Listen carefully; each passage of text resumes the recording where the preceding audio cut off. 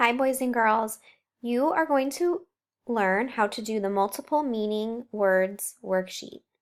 The first thing you need to do is put your name. Pause the video and write your name.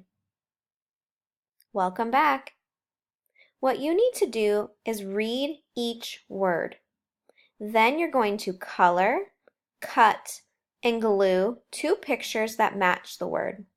So go ahead, pause the video. I want you to color in the lines these pictures for me. Welcome back.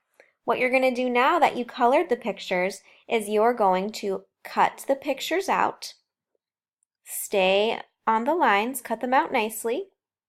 Go ahead, pause the video and cut your pictures out. Welcome back. What I want you to do is we're going to read the words now. Bat. Bat. Which two pictures mean bat? Go ahead and glue the two pictures that mean bat.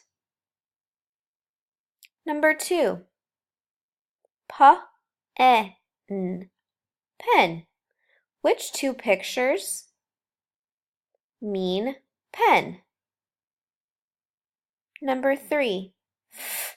Fan.